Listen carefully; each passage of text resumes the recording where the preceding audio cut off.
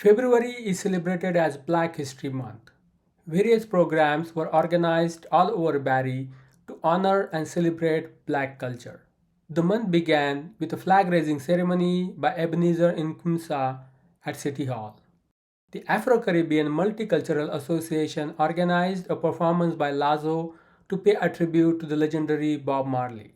And Word of Barrie organized a Black History Month panel discussion at the Barrie Public Library. It was moderated by Linda LaForge, featuring Barrie's poet laureate Tyneisha Ternet, songwriter and performing artist Oliver Joseph, and poets Tru and Louise. They answered questions educating people about the importance of diversity, need for comprehensive school curriculums that highlight Black culture, their inspirations, and their plans for near future. Tanisha Ternet read her own poems about Black History Month and to her daughter, helping her embrace her identity.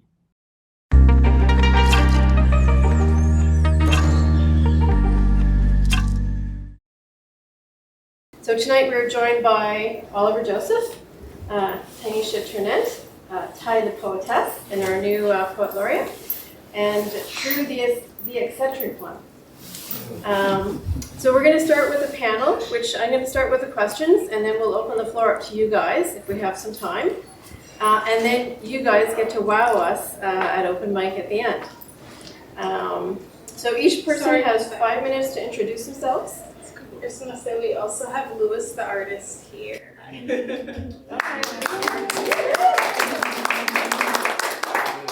Yeah, I'm a spoken word artist and poet, prose, so on and so forth. But I'm excited to share some stuff today. Yeah. Thank you. So my name is Tyneisha Ternet, aka Ty the poetess, and I'm Barrie's 4th poet laureate, and the 4th person poet title, but the first Black person. Yeah.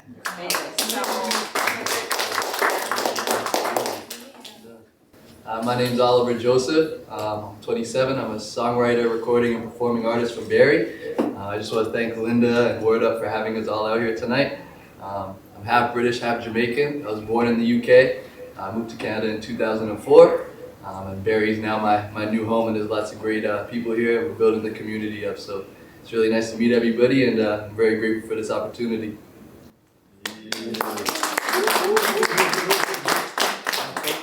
Good camera. Hey guys, I'm Tru, aka the eccentric one. I am a creative writer myself. Preferred way of writing is for the poetry, songwriting. I'm also the arts culture director for Uplift Black. I'm fully involved in community development and equity work as well. Thank you guys for having us here. So question number 1. The issues of diversity and underrepresentation are inextricably connected to long-standing societal issues. Are we educating people about the full tapestry of diversity through culture and the arts? And is it the job of creators to do this education? Or is it just enough for you guys to educate? For society to be a better place, a more inclusive and diverse and equitable for all, it's everyone's job, not just creators, right? Yeah. A lot of us, like for myself, I can't speak for everyone, we choose to create because that's our healthy outlet. We choose to deal with it and to amplify our voice, to take that opportunity to speak our truth and through arts and culture.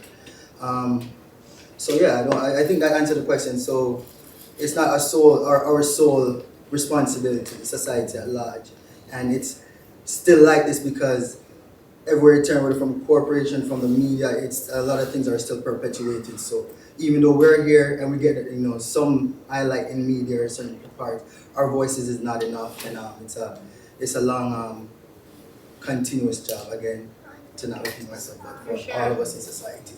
Yeah, and I want to say, we can speak, but we can't make others listen. Right? That is not my job. Yeah.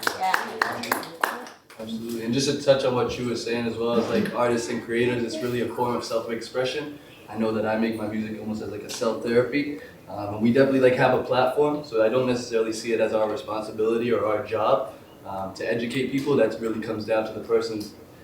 If they want to do that themselves, they got to go do their due diligence and look into the history and do their research and educate themselves further as well. There is an old classmate of mine who got their PhD in history. Her name's Taylor Starr, and right now she's actually using her platform to just teach people about Black excellence and Black authors. Just to name a few, there's Natasha Henry, Jeremiah Sparks, Cheryl Thompson, and Barrington Walker that she's currently covering. And Great people. absolutely, you know, and it's just really educating people and then letting her audience do their due diligence if they want to learn more about who we are as people as well. So. Yeah, but to you know, even though it's not our job solely, but personally, I'm happy to take part and be a part of the growth in whatever capacity. For sure. I'm capable of. For sure.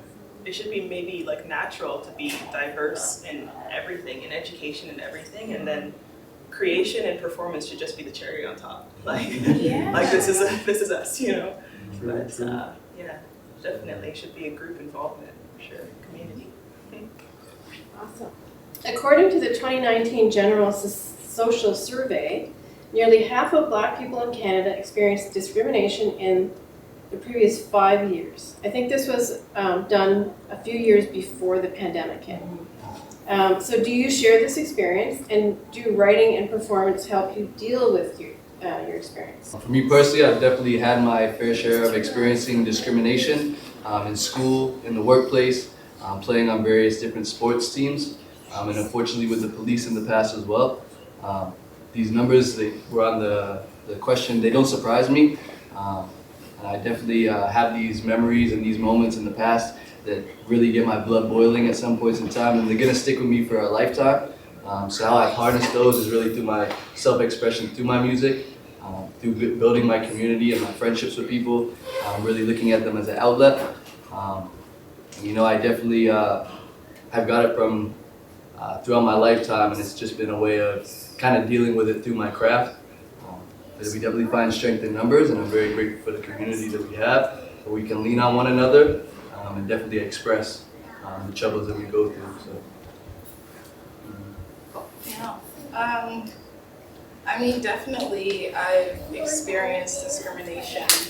I am a Black woman, born in Canada that is now in Barrie. But one thing I've learned to do is not let it stop me from going after my dreams, not let it stop me from doing what's on my heart, or living the life that I hope my daughter lives a better one, that I can show her. So despite all that, I've somehow found that poetry can help me quiet that noise, that burden, that darkness. And I can write through it, and I can grow through it, and I can grow with it. And I feel like all my struggles have helped me become the woman I am today. And if you asked me a couple years ago, I might have said something different. But right now, being the first Black poet laureate in Barrie, I have nothing different to say. But other than to keep following your purpose, and even if it's hard, even if it wasn't meant for you, you get to decide, you know? So, I'm good, and I'm happy. Well said. Yeah. You're so good. You're so good. Discrimination daily, to the point like going out, you're scared, you're like programmed now to operate because you know. We recently had a conversation with a friend that is scared to discuss their blackness out of fear it might sound too ghetto, or you know what I mean. And you know, it just goes to show that like racism and certain things, just like the oppression still is vibrant to today. You know, leaving this room, you know, just exiting the door, I fear I might face discrimination. Just exit, you know. So yeah, daily happenings. We're lucky if it don't happen a day in the week. Yeah, for me, like poetry, the first time I wrote poetry was about being Black, and it was when I was 14. And it's definitely changed for sure, like how I can speak about being Black without feeling like I'm judged for something, you know, like everyone is there to listen. So it was definitely a wonderful platform to have, yeah. So the third question is, there are some who would like to see Black History Month abolished in favor of changing school curriculums to include Black historical figures 365 days a year, which I don't think too many people should have a problem with that regardless. So what has been your experience with the school curriculum? Yours will be a little newer than mine, for instance. And should we be teaching Black history differently? All right. I never went to school here, so I didn't went to school in Jamaica. But in Jamaica, they only teach about slavery, like the history of Black people, and you know, being further educated, reading more books as I got older and stuff like that, it's just like you realize that there's more to our Black history than slavery. You know, and my recent experience with you know, some students out shooting a video, it's like it's still the same things. Like, you know, I'm hearing the students saying like, why am I even being asked about slavery? I was never even there. Like, can we talk about another part of Black history, right? Yeah. To abolish Black history, Black History Month, I don't know, I still have to sit with that question there. But teaching more about Black history and realness. You know, there's a book I'd like to recommend for all to read. It's called When the World Was Black, and that's how I learned further about my Blackness and the beautiful parts of my Black history. So, yeah, I'm gonna let my fellow folks say. I just want to say I love that, Tru. Yeah, I connect with that in so many ways. Mhm. So thank you. That was a very good answer. For me, personally, I wouldn't like to see Black History Month abolished. I think that it's a time for us to celebrate Black excellence and our pioneers who have come before us. But I definitely do agree that in the school curriculum in North America, it should be taught throughout the year, not just a specific months for them to shine light and for them to give praise. You know, we're not just entertainers, we're not just athletes. There's an incredible amount of authors, lawyers, activists, business owners, you know, doctors. So we play lots of different In roles. Barrie, all that, Exactly. all that in Barrie. Inventors. You know, there's lots. So that's the one thing I would change about the educational system, is that it should definitely be taught year round and not just a specific month that is dedicated to shedding some light on our history. I feel the same way, definitely. My daughter's 4, and I want her to learn about her Blackness all throughout the year, no matter what the season is. But it also makes me feel like, you know, we're not the only culture or people that have suffered. Like, what about the indigenous? You know what I mean? I feel like we should all be learning about everything, because that is what has brought us here today and has literally made our history, and we do not want to repeat it, right? Yeah. So we have to learn about it all. Yeah, I wish it was more inclusive. Like I went to school in Barrie, elementary and high school, and so it's like, it was definitely just white. Like honestly, my Asian friends, my Indian friends, all of us were not really represented in school, and Black History Month wasn't a thing as a kid. It was like February 1st, and that was the day, and you'd hear about like Martin Luther King, but like as a kid, I'd always bring Blackness into like music, because music is the most important to me, and like I would shout out people like Nina Simone and Ella Fitzgerald, you know, like stuff like that, and my friends would be like, oh, I never knew they made jazz, they made blues, they made, you know, so on and so forth. New Orleans, like talking about that stuff, but all the cultures, all the races should be just like a natural thing. Like, oh yeah, I knew about that. Like it shouldn't be a question. Like I didn't know that, you know, Chinese New Year is like a different day. You know what I mean? Like it should just be so natural. Yeah. Yeah, I could say from my own experience being, you know, white in Barrie, even my whole childhood, I'm a military brat, and I think there was one Black family when I got to base boarding. I experienced very little multiculturalism besides French and English. And even there was a bit of a divide when I went and lived in Quebec. There was some bigotry there. So it's, I'm really glad to see Barrie changing. I'm really happy to see, I think we're better when we have like a richer tapestry of different cultures and backgrounds and different music and everything, different art.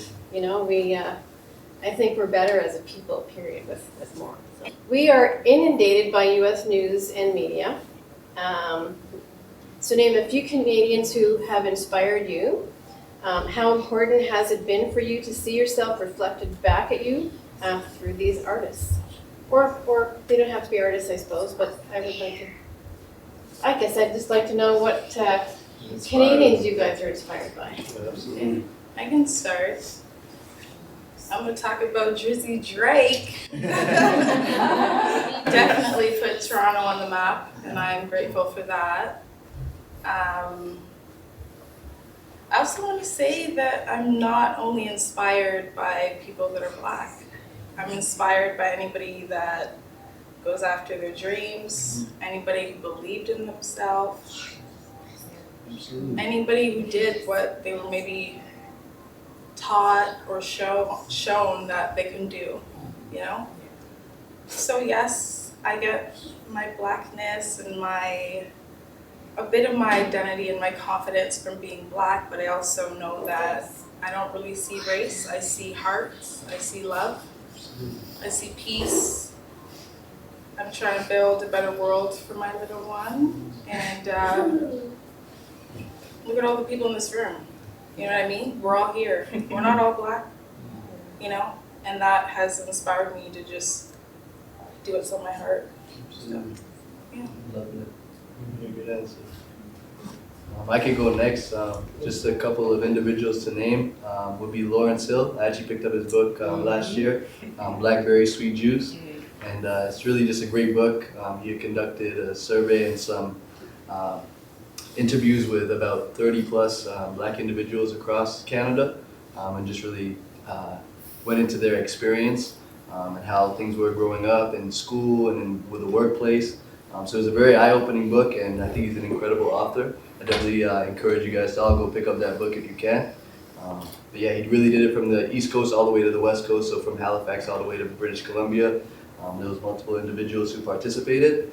And also another person who's been very inspiring, kind of growing up in North America, has been Glenn Murray. I don't know if you guys are ever familiar with Glenn Murray, but he was a songwriter and a singer. He goes around to local schools in New York region and I think across the GTA. And he just shares his experience really growing up with this racism and discrimination. And it was very eye-opening. I remember he came to my elementary school and then I also saw him again in high school. Yeah, very great man and really just educates people on the hardships that people face. And he's also gone back to Africa as well, so he was definitely sharing his experiences of helping the unfortunate poverty in Africa as well, building wells, building schools, building homes for people as well. So those two individuals, Lawrence Hill and Glenn Murray, are definitely a great inspiration for me personally.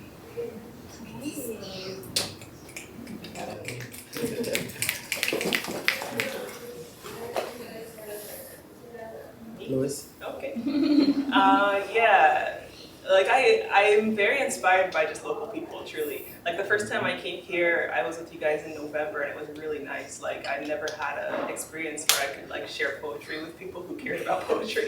So like I know like it doesn't seem like much, but it's a lot, okay? Because when I was in high school, this was not a thing. So for me, that's inspirational, if that's okay. The community inspires me 100%. I like to see normal people, not famous people, just doing their thing and enjoying it. So thank you, honestly. That?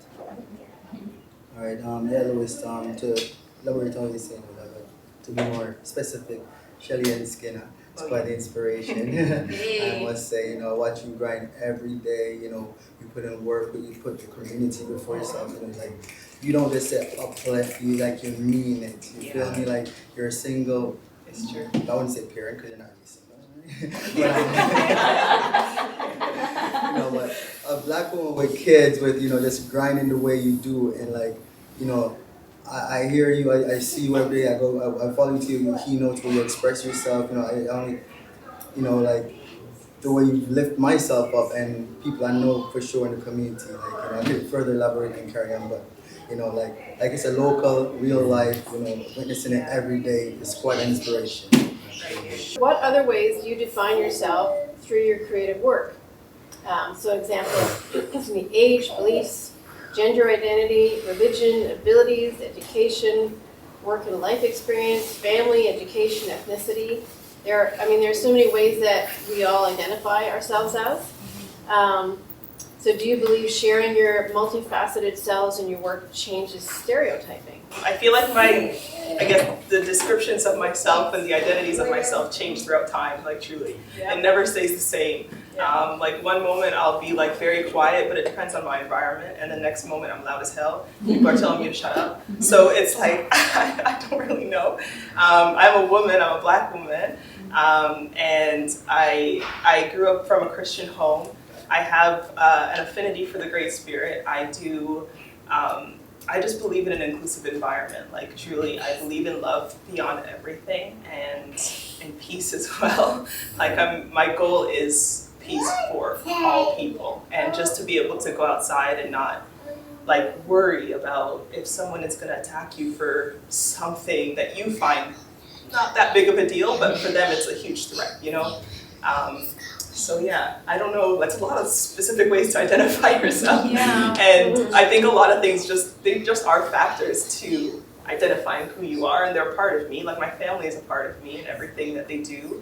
But it's not the end all be all, you know, like it's going to change, and I'm excited for the changes. So. Yeah, I feel the same way. I feel like the factors that identify me or help with my writing today might be different tomorrow, might be different next month. I feel like I tend to write through my experiences because they're personal and they're real to me. And I feel like they usually can help someone else, which is why I like to share them. But no, I'm constantly changing and my writing changes as I grow. And it's going to continue to. But yes, my Blackness is a part of my identity. It's made me me and I'm proud of it. And honestly, like this whole panel and all the questions kind of made me dig a little deeper and made me really think about like what does it mean to be Black, you know, especially when I'm talking to an audience that is mainly white. And being the first Black poet laureate in Barrie, I definitely felt a lot of pressure, but I feel like it was good pressure in a way because it kind of taught me that like I don't need to say the perfect answer. Like my experiences is just enough, and wanting to hear from us, and that we can speak our truths and that they're actually being heard. So yeah, I'm gonna keep changing. I'm gonna keep growing. I don't know what tomorrow might hold, but I'll probably have a pen and paper and be writing poetry. You know? I think both Louis and Ty, you guys hit the nail on the head. I definitely feel like we're always growing and developing, we're always changing and learning more about ourselves. One thing for me is finding the self-love and the self-belief, and just becoming more of a staple in my community and definitely giving back my experience. You know, just giving my opinion on certain things as well and speaking my voice, and to go touch on stereotypes like that as well, you know. We shouldn't have to conform a certain way. We should wear our hair how we want to wear our hair. We should dress how we want to dress. We should talk and walk how we would like to talk. And it really comes down to those who are grasping it to accept it in a certain way. It's not our responsibility. We all have individualism, freedom of speech. So that's one thing that I stand on, and just getting more comfortable in my own skin and what I believe in as well. Just being on this journey and just doing it all the way. And I know that I got a great community around with me, so we're all going to grow and develop and change over time. There's strength in numbers, so we're all in this together. That's true. Yes.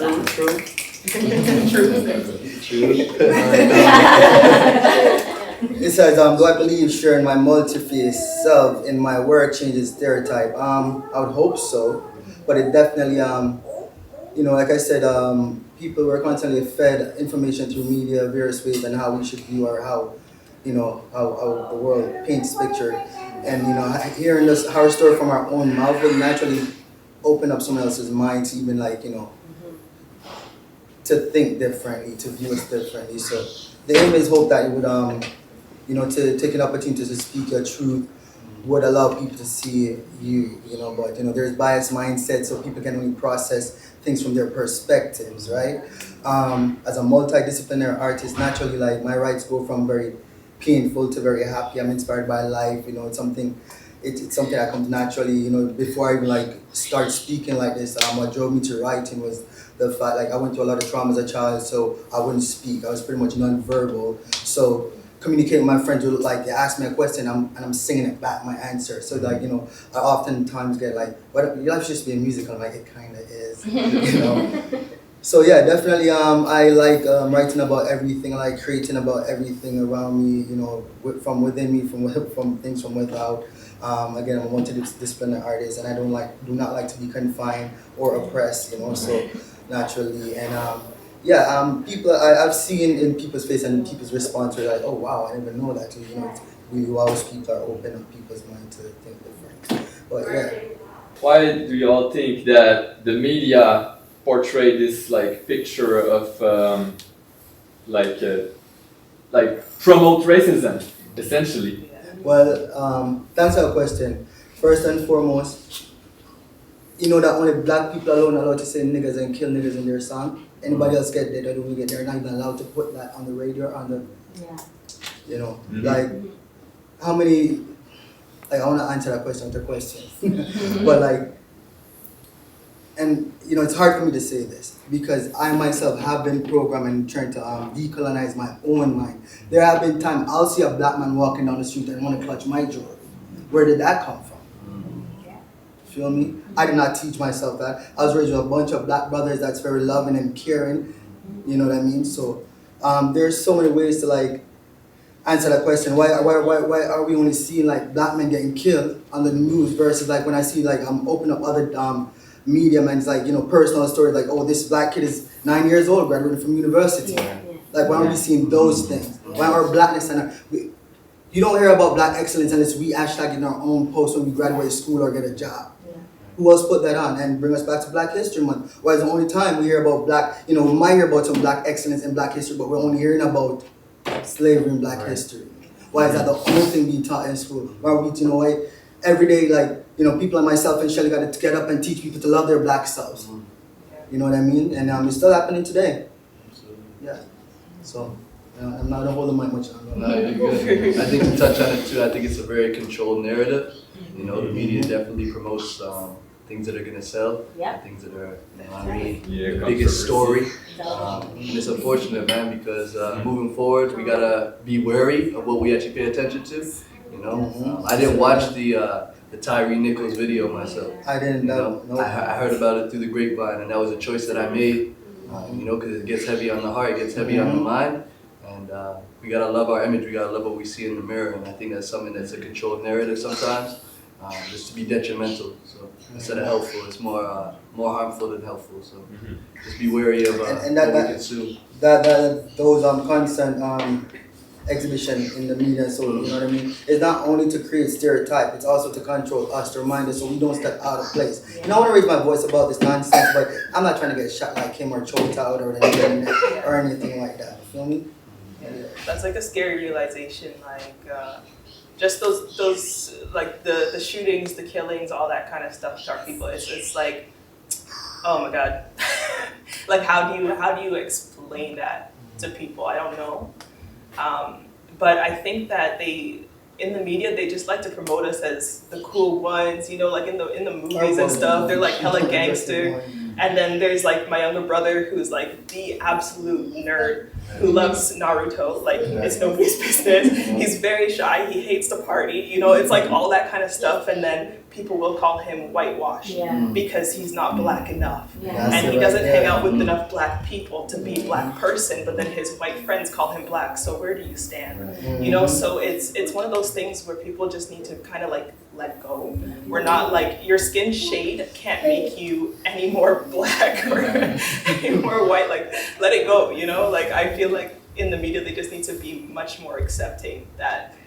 people can be what they are, and the fact that like it's TMI, but your parents did the deed and you came out looking like this, it's not really my fault, you know what I mean? Like, and my personality is the way it is because of all my things, you know, all the identities, all the things that inspire me and the factors that make me who I am and the things that make me change and are becoming me, you know, like it's just something that is, and it should be kind of accepted in that way too. Yeah, no expectations, like just chill, Yeah. Okay, so I have a little poem that I like to share that I feel like kind of talks about my experience on this question. Okay. You'd think writing a poem for Black History Month would come to me easily. Like something I wouldn't think about, it would just come from me, like how poetry usually does. Like how effortlessly we breathe without thinking about the next breath. But instead, I'm putting words together while feeling suffocated by stress. See, I'm feeling immense pressure to speak for all my ancestors. I want to say everything they wish they could as I speak freely in places they wish they stood. But I'm burdened by the stigma of sounding too ghetto or being hypersexualized if I decide to wear a stiletto. See, it's Black History Month, but my ancestors fought for years, and all I want is to make them cry happy tears. As I write this poem, I'm struggling to find the words to let my ancestors know that their prayers and cries were heard. As I try to write a Black History Month poem perfectly, it finally dawns on me that I am Black legacy. I am my ancestors' wildest dreams. I am the revolution they long to see. A poet laureate whose skin is ebony. A woman who sees her Blackness as beauty. A woman who shares the struggles of her ancestors' past confidently. As I write this poem, I'm no longer struggling because everything they fought for, I am encompassing. My melanin skin is worth embracing, and the kinks in my hair don't need any straightening. Loving myself and all my Blackness is what my ancestors would want to see. And finally, at last, we are free. But are we really? If so, then why did writing this poem bring me so much anxiety?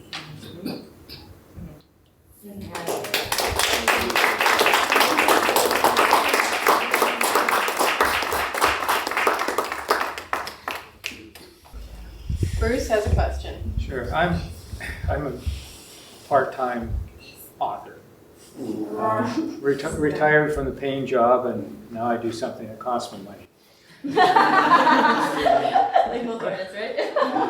So I'm just going to give the closed notes so that people at home, in case they didn't hear Bruce.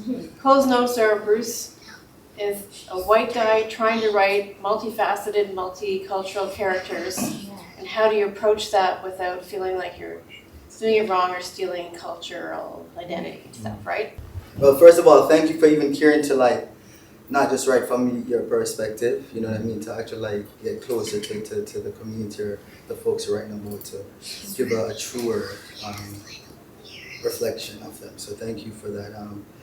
Honestly, I just further educate yourself, and to, you know, again, I'm gonna refer back to the book When the World Was Black, because you know, if you just look for books like that, or even like true stories of Black people, so you can like, you know, get from their perspective. Like for you, the only thing I have to do is just further educate yourself on the culture and on the folks, and yeah.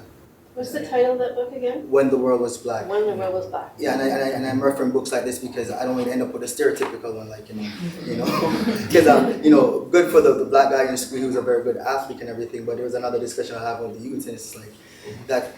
Unfortunately, that's the only experience. Like with a Black kid in the school, he's a good athlete, and like a lot of folks, like, you know, like Louis' brother, like, you know, we don't want to just have that one stereotypical mindset about black man. That's not very good for it. It's a good athlete. Like, Whatever, I just want to say, so I'm further tall. educate yourself. Sorry, Yeah. true. I've always been asked, do you play basketball? I played volleyball.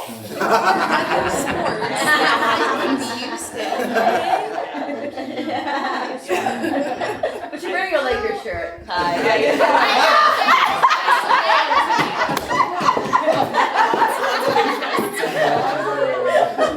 Yeah, like I love that question, truthfully. I don't want to I don't even want to make it a black and white thing. There's even, I just watched it last week, there's a Netflix documentary by Kaepernick. If you don't know who he is, he was a football player who kneeled during the national anthem and people lost their minds. Yeah, so yeah, like I love that documentary too, because he was just like my younger brother. I was kind of surprised, like he was the same personality. But like, not to make it even a black and white thing. For example, when I was in university, I'm also a dancer too, but I love dance from a lot of cultures. Like it's just my love. I love it so much. but I'm not from all the cultures, you know? And so I was choreographing a dance for a choir, and the dance was for a children's, a children's show. And so they were performing all these song numbers from all these Disney movies where the girls had different skin color. And one of them was from Moana. I am not Polynesian at all. Do I know what they were saying in the songs? No, I didn't. I had to go in and like look up what those words meant. I had to ask people who were actually from that culture, what does this mean? And when you guys do your dances, what does that mean? Because when I was a kid, Hawaii was Polynesian, and this was like the hula dance, you know, and everyone did the hula dance, and that's all women did. And I had to kind of come out of that stereotype. I had to, because then if I didn't, I was just teaching the choir what I knew, like you, from your perspective, you know, and then that would have caused definite huge problems. As a Black woman who's born in Canada, showing off a dance like this, like I'm not from that culture. So I had to go and learn. And I had somebody who was from that culture, thankfully, taught me what the dance moves meant that they did on YouTube and everything like that. What does it all mean? And it's actually just like sign language, but with the body. And so I had to learn all the words, how they connected with the dancing. And then before we put on the performance, I let everyone know the people in this choir were Black, Indian, and white. None of us were Polynesian, but we wanted to represent more than just our cultures. We wanted to represent that we were inclusive, that we were accepting of people.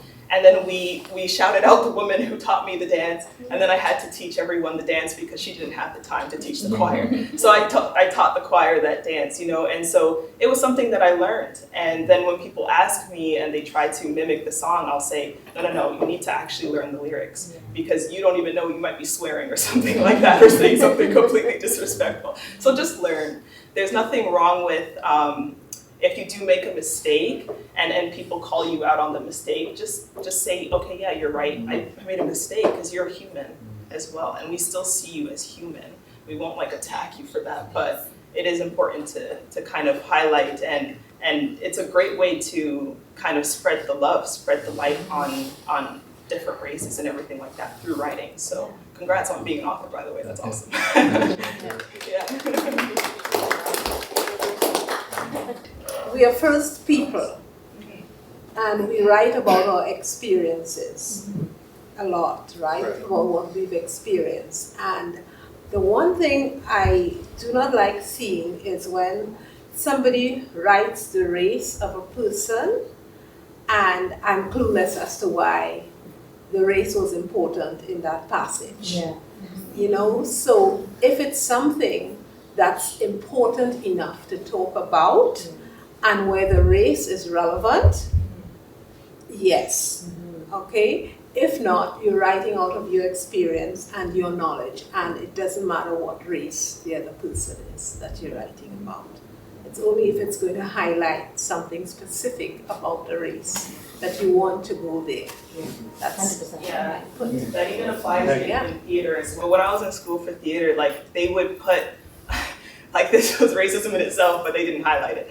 They would put Black people in the middle or on the outside to make the scene even. And we had nothing to do with the story, or our stories were not being told. Like they make the scene even based off of our skin shade. You know, the Hispanics are just before me because their skin is just a little lighter, and then the mixed person, and then the very white person in the middle, or it would be in the reverse. So just to include us, to make it seem like your story is diverse, it's just like a crock. It's like, okay, well, that's cool, that's nice. But like if you're going to talk about it and how, and develop that character too, like if you give that character some like gusto, we love that stuff.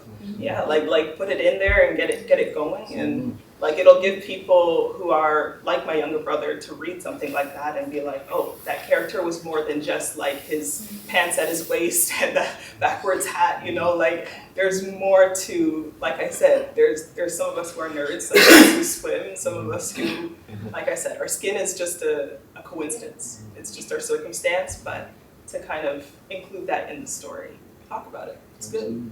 Yeah. Totally agree.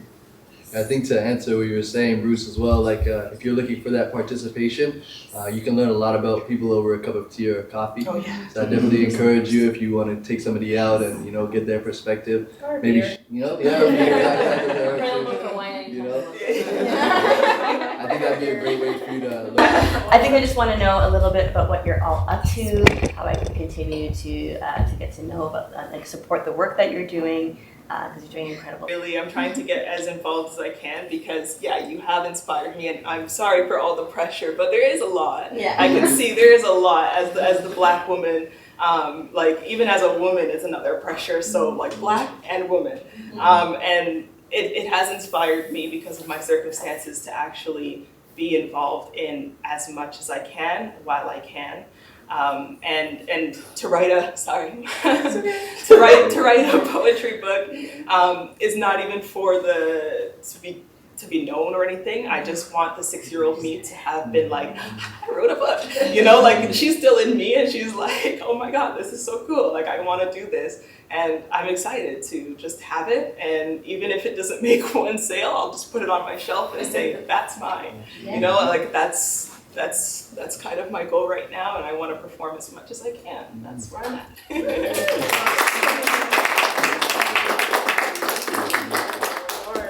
I feel like I felt a lot of weight as being the first Black person, and I'm a woman, and I'm a newly single mom. But I'm grateful that I found my passion and a community that supports me, and I'm able to express everything that I'm going through in life through my poetry. I'm grateful for all you individuals that want to learn more and be allies.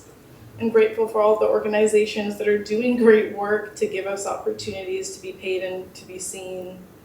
I'm really grateful. Again, I want to just read a poem. I didn't have the best relationship with my mom, but that's why I have tried to break that generational curse and do the exact opposite. And give her as much love as I can. And I wrote this to my daughter. Are you ready, Aurora? You listening? Okay. When my daughter gets older and asks me, what does it mean to be Black? I'm going to tell her that it means she was born with a superpower. The melanin in her skin was placed there because she was born to win, and her skin displays strength that some can't even find within. When my daughter gets older and asks why her color is brown and why her hair sticks up instead of falling down, I will tell her it's because she was born with a crown. When she asks me why her braids take so long, I will tell her it's because each one sings its own song. When my daughter gets older and asks why her skin is brown, I will tell her it is because she is golden. She was born with a pigment ready for the sun, ready to shine bright, for the universe knew just who she would become. When she asks me why her hair is kinky and curly, I'll tell her it's because it can hold stories of overcoming and glory. Yes. And each cornrow laced with pink lotion and castor oil Yes. on her head displays the prayers her ancestors once said. When she asks me why she has big, luscious lips I cover with Vaseline or coconut oil, I'll tell her it is because she's meant to speak great truths. Her eyes are colored dark so she can recognize the light, and if she ever questions her identity, I will tell her that she was created precisely. Born with a tan that many pay for jealously, Black girl magic, she has it. The underdog whose innate passion will bring her to win, for her ancestors share the same skin that she's in. Black don't crack, and you know what I'm saying. So I'm gonna tell my daughter that even in her 40s, she will be slaying.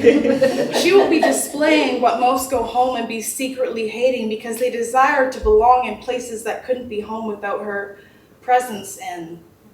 Beyonce, Latifah, Michelle, and Dear Rosa, Elizabeth Freeman, Harriet Tubman, and Kamala Harris, Maya Angelou, Nina Simone, Marsha Johnson, Aretha Franklin, and Katanya Jackson. If my daughter ever asks, what does it mean to be Black, I will then introduce her, Aurora Chanel Ternet.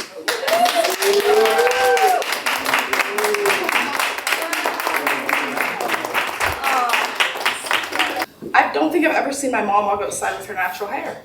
My whole life. Yeah. I just turned 30 this year. One thing I did when I gave birth to her is I started embracing my naturalness, especially as a woman. I don't want her to feel like she needs a lace front or she needs extensions. No, she needs to love herself as she is. And I'm grateful for organizations like Uplift Black and the impact that we can make in the youth in our communities. Beautiful. Sorry. Firstly, to answer Shelly's question, I'm just going to be continuing to make music this year. Definitely involve myself in the community. We got some great people in the building. Lifted's in the back. He does a great community cleanup on Sundays in Barrie. So I'm going to be getting involved. We got Shelly and Tru in the building, who are the owners of Uplift Black. I'm definitely looking to work further with them. They got the Uplift beatbox sessions that we do, like open mics as well. So we're definitely going to be building the community up. And then with Ty, we got Rap is Poetry as well, which is an amazing event. Definitely, I'm very appreciative of everybody coming out tonight too. It's been beautiful. Awesome. Nice. Yeah, easy. Like basically what they're saying, echoing what everybody's saying. I'm trying to master my craft this year, and my favorite. they were saying earlier that Barrie's changing, and I noticed that myself. I'm from Jamaica, and I've always liked driving out of I landed in Toronto, like driving out of town, and I started coming up here. And I'm seeing a lot of Black faces and the growth in Barrie, Innisfil. I'm like, this is beautiful, and I'm given the opportunity to be a part of community development. So that's definitely a continued work. And like Oliver said, between like the open mic and a lot of other programs we're working at the Upbeat Box, which is a studio, the creative studio created by Uplift Black. That's housed in the Uplift Black Center, Social Justice Center, which is 12 Dunlop Street right there. But just continue to create some more workshops and programs to help our community develop and master my craft. I too, I decided I wanted to work on my book. I don't think I'm releasing it. I'm a bit of a perfectionist, which kind of sucks at times. We all are. We're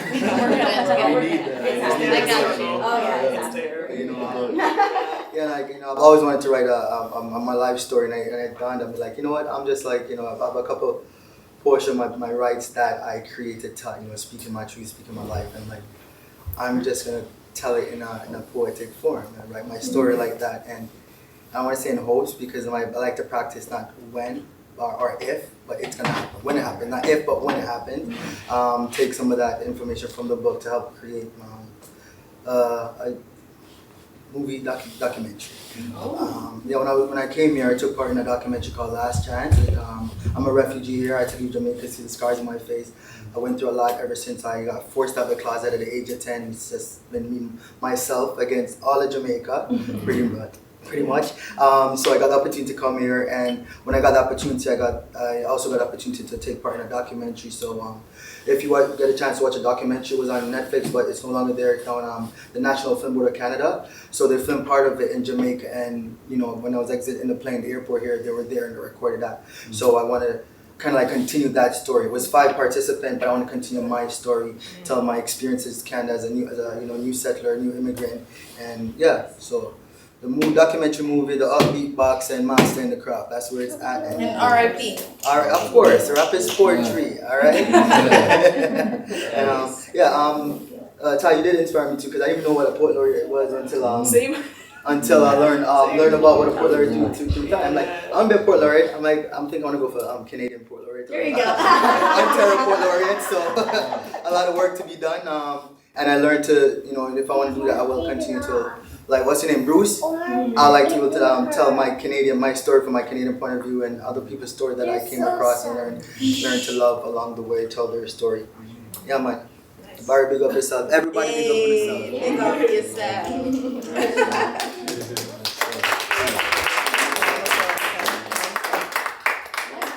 That was our coverage of Black History Month. Keep watching for other news. Thank you.